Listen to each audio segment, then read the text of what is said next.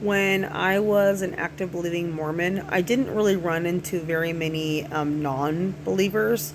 I lived in a really heavily condensed Mormon community. And the only times I would see like protesters was when the Easter pageant. So I lived in Mesa, Arizona, and at the Mesa Temple, they did the Easter pageant every year.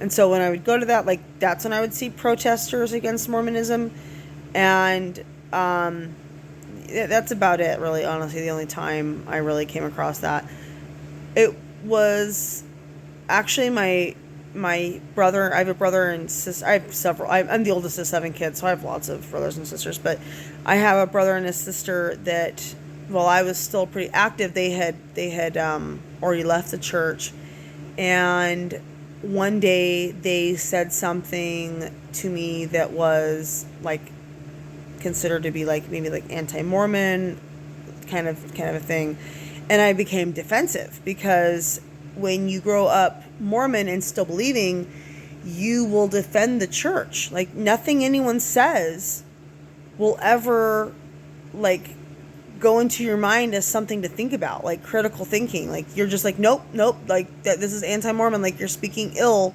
about a prophet, or you're speaking ill about the church. So, this is like the moment I've been preparing for, because my religion has been telling me, I will have people like that in my life that are going to try to, convince me. And so sure enough, my brother and sister said something and I got defensive, and I was like that, like that's not true. And they were like, Alex, yeah, it's true.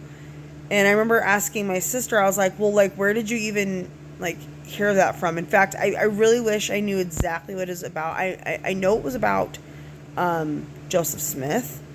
And I think it had to do with, like, how many, like, wives he had married or something. I knew it was something with Joseph Smith. And I just remember thinking, like, no, like, that's not true. Like, like, that's like, anti-Mormon propaganda. And I remember very luckily my brother and sister, they were really gracious and just like, okay, Alex, like, obviously they weren't gonna get very far with me, because I was so conditioned and brainwashed that it would have been like just talking to a brick wall. So that's why a lot of times, like when you try to ask like a missionary or a believing member these thought provoking questions, they will not be able to answer. They've never had to use critical thinking within their own religion. They use critical thinking in other areas, but not for religion. And they're automatically, like, if they just find out you're an ex-Mormon, it's already, you already have, like a scarlet, letter on you that says, like, oh, this is someone who can't be trusted because you left the church, and you left it probably because Satan enticed you, or you just wanted to go out and party, or whatever bullshit. I mean, there's so many different things they try to tell the believing members. I mean, it's a fear tactic, and they're afraid that believing members are going to actually talk to people who've left, and they don't want that to happen. I mean, they go as far as to ask in the temple recommend question, do you associate with, like, I don't know if it's like ex-members, but like people who just basically anti-Mormon stuff. Okay, everything to a still believing Mormon is anti-Mormon, even if it's true. It's anti-Mormon. So me saying Joseph Smith married, 40 plus women, some of them were ages between, 14 to, I don't know how old the oldest woman was, but as young as 14, and that he married women that were already married.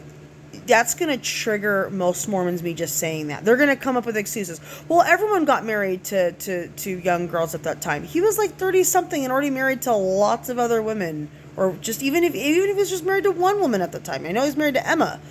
It doesn't matter. That's ridiculous. That's ridiculous that that's your counter argument that other women and girls did it too. So what? How about then fine, he married women that were already married. They're going to argue, well, that, God must have had a good reason. See what I mean? Just everything is some kind of reason instead of just Joseph Smith was a bad guy. It's because if you don't believe in Joseph Smith and if you admit he's wrong, that must mean that the church is wrong. And they don't want to admit that. They will never admit that.